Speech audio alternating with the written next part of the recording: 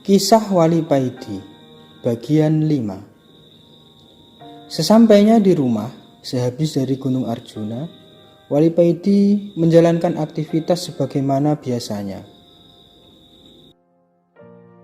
Tiap pagi, Wali Paidi pergi ke pasar berjualan minyak wangi. Orang-orang di pasar dan di rumahnya biasa memanggilnya Kang Paidi tukang minyak. Sekitar jam 1 siang, Wali Paidi ini menutup tokonya dan pulang. Setelah sholat asar, sehabis istirahat siang, Wali Paidi mengajar anak-anak kecil di langgarnya atau di musolanya, belajar membaca Al-Quran sampai waktu maghrib. Dulu di langgar Wali Paidi yang sederhana ini ramai sekali dipenuhi anak-anak kecil yang belajar mengaji. Tapi setelah ada sistem Iqra dan Qiroati, langgar Wali Paidi ini sepi. Anak-anak pada pindah ke TPQ yang lain, yang memang banyak tersebar di kampungnya Wali Paidi ini.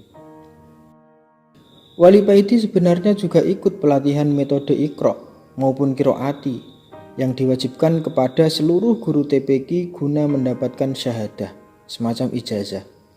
Tapi Wali Paidi tidak lulus dalam pelatihan ini karena seringnya Wali Paidi merokok dan bawa kopi ketika di dalam kelas.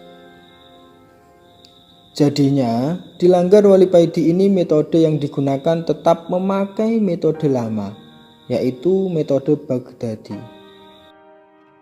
Karena bagi guru TPQ yang tidak punya syahadah, tidak boleh mengajar dengan memakai metode Iqra maupun Qiroati. Dan lama-kelamaan murid-murid Wali Paidi habis, tinggal 5 anak saja yang tetap mengaji di langgarnya Wali Paidi. Orang tua dari kelima murid Wali Paidi ini tetap mempercayakan anaknya ke Wali Paidi disebabkan masalah ekonomi. Mereka adalah orang-orang miskin yang tidak mampu membelikan seragam TPQ dan buku terhadap anak-anak mereka. Daripada tidak mengaji, mereka tetap menitipkan anak-anaknya kepada Wali Paidi. Karena di langgar Wali Paidi ini tidak ada tarikan uang. Mereka bebas dari biaya apapun. Malah mereka sering dikasih uang jajan oleh Wali Paidi ini. Menjelang maghrib, datanglah seorang pemuda yang kira-kira berumur 30 tahun mencari Wali Paidi. Pemuda ini adalah seorang murid Thoreqoh yang disuruh gurunya mencari Wali Paidi. "Nak, carilah kiai di daerah ini, namanya Ali Firdaus, tetapi orang-orang di kampungnya biasa memanggil dengan sebutan Paidi, atau orang yang memberi faidah. Umurnya seumuran denganmu, dan hanya beliau satu-satunya yang bernama Paidi di kampung itu. Kalau kamu ketemu dengannya, sampaikan salamku dan mintalah nasihat padanya." Begitulah yang dikatakan guru pemuda ini kepadanya. Waktu itu pemuda ini disuruh mencari Wali Paidi karena seringnya pemuda ini mengalami hal-hal aneh.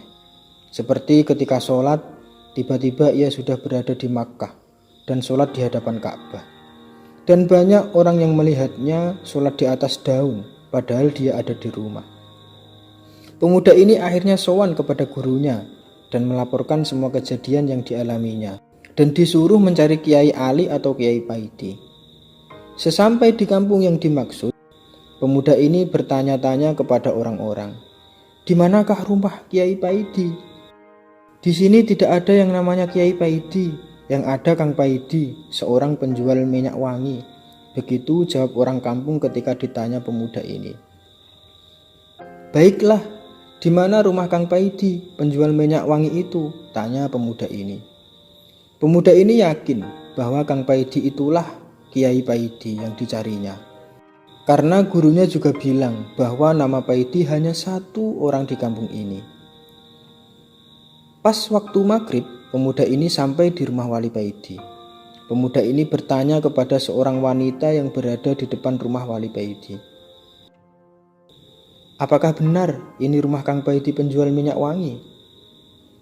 "Benar, Nak, dia ada di langgar itu sedang mengimami sholat maghrib," jawab wanita itu sambil menunjukkan langgar yang berada di sebelah rumah Wali Paidi.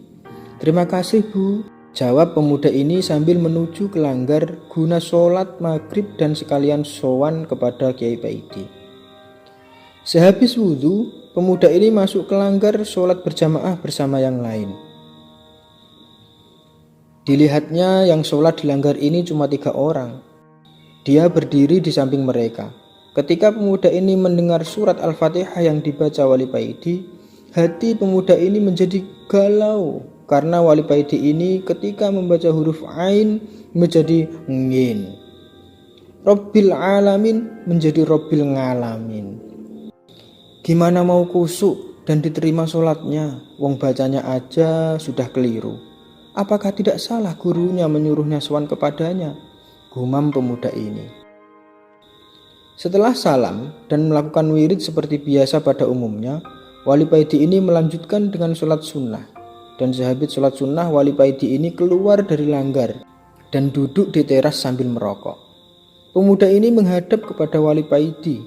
Assalamualaikum, salam pemuda ini. Waalaikumsalam, jawab Wali Paidi sambil tersenyum. Setelah menyampaikan salam gurunya kepada Kiai Paidi, pemuda ini menceritakan maksud kedatangannya dan menceritakan hal-hal aneh yang dialaminya kepada Wali Paidi. Saya kok heran. Kok kamu sampai bisa seperti itu ya? Mengalami hal-hal yang menakjubkan. Padahal sholat kamu tadi aja masih sibuk mengurusi tajwid daripada ingat kepada Allah, kata Wali Paidi kepada pemuda ini. Seketika pucatlah wajah pemuda ini dan dalam hati berkata, Masya Allah, ternyata gurunya tidak salah mengenai kiai muda ini. Pemuda ini semakin menundukkan kepalanya di hadapan Wali Paidi ini karena Wali Paidi mengerti apa yang ada di batin pemuda ini saat dia sholat. Bersambung.